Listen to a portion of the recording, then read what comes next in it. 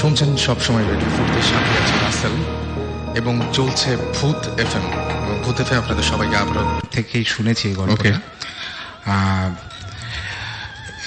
কিছু না হলেও এটা 60s এর গল্প হবে। আমার বাবা তখন ইয়েতে একটা জার্মান কোম্পানিতে কাজ করতেন, ওটার নাম ছিল হচ্ছে গিয়ে ডিম্যাগ, এবং তারা পারাদ্বীপ পোর্ট, যেটা ইন্ডিয়ার উড়িষ্যাতে একখানা মোহনার পাশে একদম আপনার ইয়েতে যেটা সমুদ্রের ওখানে, তারা একটা স্টিল প্ল্যান্ট ওখানে কনস্ট্রাক্ট করতে যায় আর কি। তো ফিজিবিলিটি রিপোর্ট টিপোর্টে এইসব জিনিসপত্রগুলো আমার বাবা তৈরি করছিলেন, তাই জন্য ওনার ওখানে থাকতে হতো। উনি ওখানে একটা সার্কিট হাউসে থাকতেন আর একাই থাকতেন। ওকে। তো এরকম একদিন হঠাৎ উনি ওনার যে খাস বেয়ারা থাকে তার থেকে শুনলেন যে মোহনার পাশে একটা গ্রামে নাকি খুব সুন্দর ইলিশ মাছ উঠেছে। তো ইলিশ মাছের লোভ সামলাতে পারলো না আমার বাবা, আমিও লোভী, উনিও লোভী ছিলেন। হ্যাঁ, আমরা খেতে খুব ভালোবাসি আর কি সবাই। তো লোভ না সামলাতে পেরে এবং উড়িষ্যায় অনেকদিন ইলিশ মাছ পায় না বলে উনি চলে গেলেন গ্রামের দিকে। সাথে সবসময় উনি ওনার একখানা .32 একটা রিভলভার রাখতেন। ইট ওয়াজ আপনার একটা constabulary edition of Smith and Wesson I think. So he use to always keep it with him. Torch রাখতেন এবং এগুলো নিয়ে উনি দিলেন হাঁটা। তো হাঁটতে হাঁটতে সবাই খালি, গ্রামে যদি আপনি কাউকে জিজ্ঞেস করেন যে ভাই এটা কত দূর, এই তো নাক বরাবর চলে যান, সামনে একটু সামনে। হ্যাঁ, এবং অনেক ডিস্টেন্স উনি কভার করে ফেলেন। এবং অনেক ডিস্টেন্স কভার করার পরে ওই যে নুলিয়াতে যে গ্রামটা ছিল সেই গ্রামটাতে উনি চলেও যান এবং ওইখান থেকে দুটা বিশাল বিশাল সাইজের ফ্রেশ ইলিশ মাছ একদম মোহনাতে ধরা, হ্যাঁ, নিয়ে খুব খুশি মনে উনি চলে আসছেন আর কি। ঠিক এই সময় যেটা হয়, উনি জিজ্ঞেস করেন যে ভাই কোনো শর্টকাট আছে নাকি, মানে যেই ঘুরায় ঘুরায় আসলাম রে ভাই, মানে একটু শর্টকাট পৌঁছে যাওয়া যায় ফেরার সময় তাহলে একটু বেটার হয়। প্রায় তো এখন দুপুর হয়ে গেছে, কিছুক্ষণ পর বিকাল হবে। বলে স্যার আপনি তো শুধু শুধু এত ঘুরে ঘুরে আসছেন, এটা একটা সোজা রাস্তা আছে বিচের ওপর দিক দিয়ে। বলে ওকে ফাইন। তো আমার বাবা বিচের ওপর দিক দিয়ে দুইটা ইলিশ মাছ কাঁধে নিয়ে হাঁটতে শুরু করলেন আর কি। তো যাচ্ছেন কিছুটা দূর গিয়ে হঠাৎ দেখে যে এক মহিলা বিচের উপরে দাঁড়ানো। মহিলার পরনে কিছু নাই, লম্বা চুল, ভীষণ সুন্দরী। এবং সেই মহিলা হাতটা বার করে দিলেন সামনে এরকম করে যে আমাকে ইলিশ মাছ দে। ওকে। কিন্তু কিচ্ছু বলছে না। আমার বাবা মনে করে যে এটা নিশ্চয়ই কোনো একটা পাগলি ঠাগলি কিছু একটা হবে, এই সর এখান থেকে সর। সে সরে না, সে সাথে সাথে আসে এবং মাঝে মধ্যেই হাত বাড়ায় দিতেছে যে এই ইলিশ মাছটা তার চাই, এই ইলিশ মাছটা চাই। এবং আমার বাবা একটু স্পিড বাড়ায় দেন। পাগলি পেছন পেছন দেখা যাচ্ছে স্পিড শুধু বাড়াচ্ছে না, সে আরো লম্বা লম্বা স্টেপ ফেলে সামনে চলে গিয়ে আবার হাত পাতে। এই সময় আমার বাবা একটুখানি স্লাইটলি ভয় পেয়েছেন, খুব স্বাভাবিক মানে। এবং উনি যেটা করেন সেটা একটা ডাবের খোলা বা কিছু একটা জাতীয় জিনিস উঠে উনি প্রথমে ভয় দেখান। ভয়ের সিনারি নাই, ছুঁড়ে মারে এবং that goes through and through her. মানে এপার থেকে ওপার, মানে একদম ঢুকলো এবং শাট করে ওখান থেকে বেরোলো। জাস্ট মনে হচ্ছে একটা মানে ছায়া, সেই ছায়ার এপাশ থেকে ওপাশে চলে গেল। কিন্তু একদম যেটা মনে হচ্ছে যে ইট ইজ আ প্রপার নাকি, মানে একদম প্রপার ফিগার আর কি। এইবার তো বাবা বেশ ভয় পেয়েছেন। উনি স্পিড শুধু বাড়াননি, এবার উনি দৌড়াচ্ছেন। এই যে প্রেতনি, সেও দৌড়াতে দৌড়াতে সামনে চলে এসে বারবার হাত পাতে, ইলিশ মাছ তার চাই। আমার বাবা এবার একটুখানি নাচ্ছল বান্ধা হয়েছে, ইলিশ মাছ আমি দিব না। সে একবার ফায়ারও করেছে, কিচ্ছু হয়নি তাতে। সে দৌড়াচ্ছে ইলিশ মাছ নিয়ে এবং দৌড়াতে দৌড়াতে সার্কিট হাউসের পাশে একটা বন বিবির মন্দির ছিল। বন বিবি হচ্ছে গিয়ে একটা ভিলেজ ডেটি, স্পেশালি এটা সুন্দরবনের দিকে এবং আরও যেখানে বন আছে, ইউজুয়ালি ফরেস্ট আছে, সেখানে সবাই বন বিবিকে প্রে করে আর কি। তো বন বিবির একটা মন্দির ছিল এবং ওখানে যে প্রিস্ট ছিল, সে প্রিস্টের সাথে আমার বাবার একটুখানি চেনা জানা হয়ে গেছিল আর কি।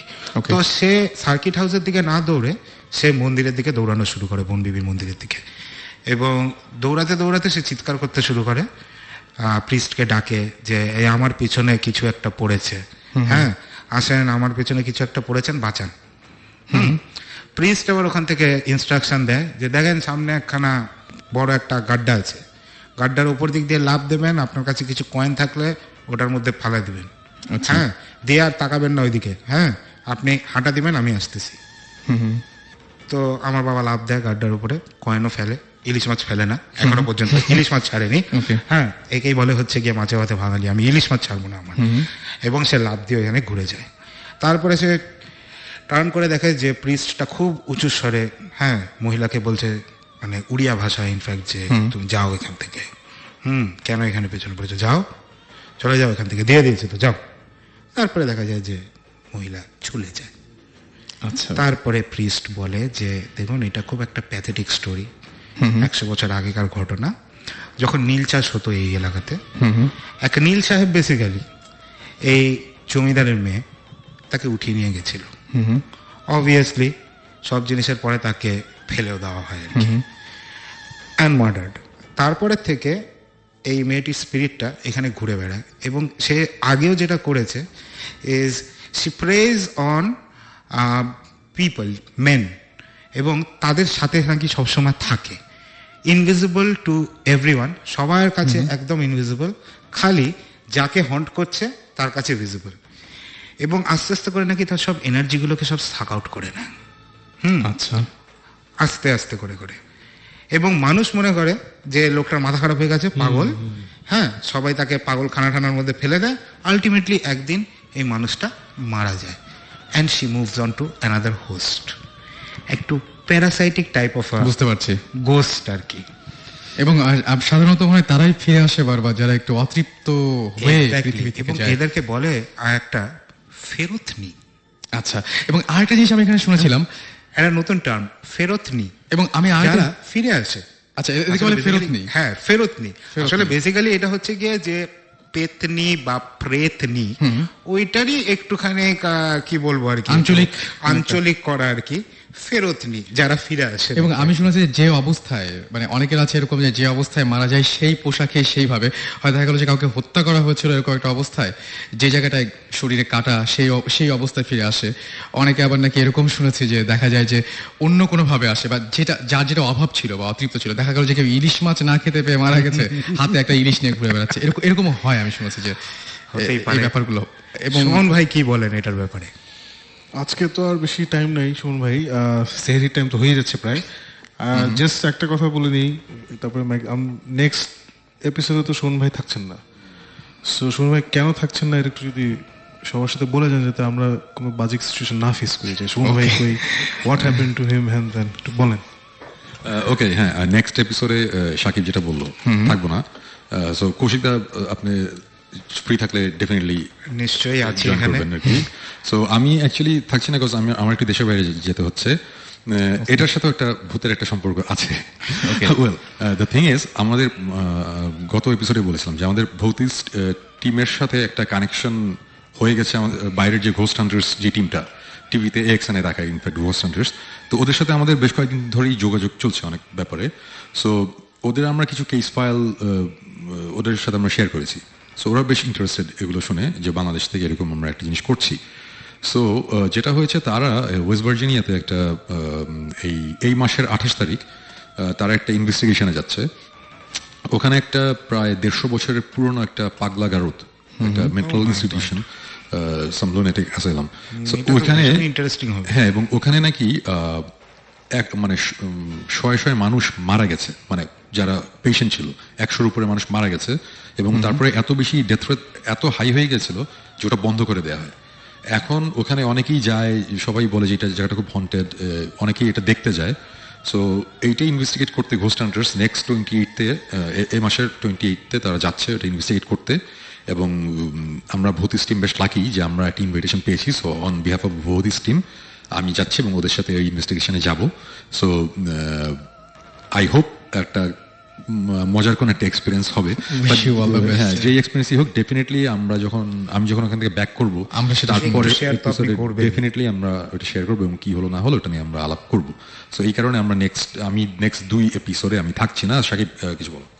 হ্যাঁ, লুনেটিক অ্যাসাইলামটা খুব ইন্টারেস্টিং আরেকটা কারণে, যে এখনকার দিনে পাগলা গারদে যারা মেন্টালি আনস্টেবল যে চিকিৎসাটা করা হয়, এটা খুবই নতুন ইন দ্য সেন্স দ্যাট গত 40-50 বছরে এই হিউম্যান ট্রিটমেন্টটা, মানে ট্রিটিং দেম এজ পিপল, পাগলদেরকে ঠিক মতো ব্যবহার করে ওদের সাথে সুন্দর করে ওদের দেখে মানে যতটুকু সম্ভব।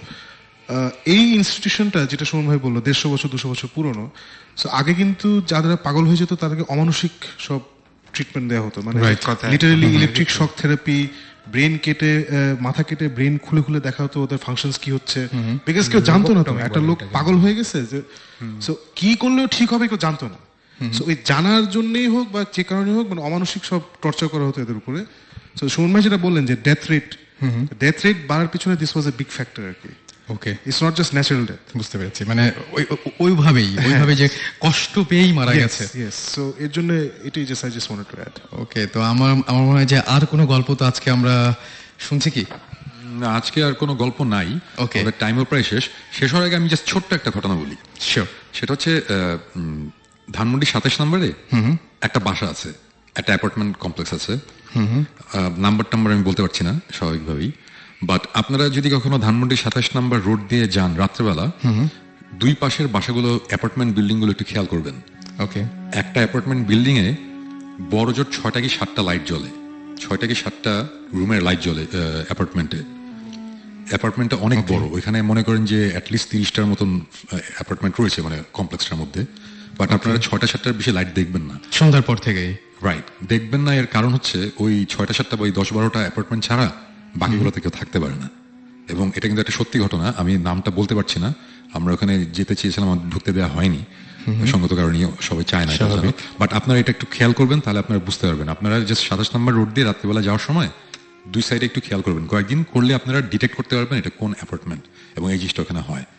এটাই হচ্ছে একটা ছোট্ট গল্প। এনিওয়েজ, সো আমরা এই ছোট্ট গল্পটা দিয়ে ছোট্ট করে আজকে ইতি টানতে হচ্ছে আমাদেরকে, এবং আমার মনে হয় যে আবারও আগামী শুক্রবার আমরা ঠিক একদম মানে কি বলবো যে 11:59 আপনাদের সামনে হাজির হয়ে যাব।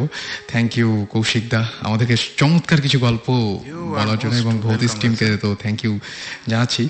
আর সেই সাথে শেষ করছি, এবং শেষ করার আগে আমরা যে গানটা শুনতে চাই সেটি হচ্ছে rainbow in the dark by deo.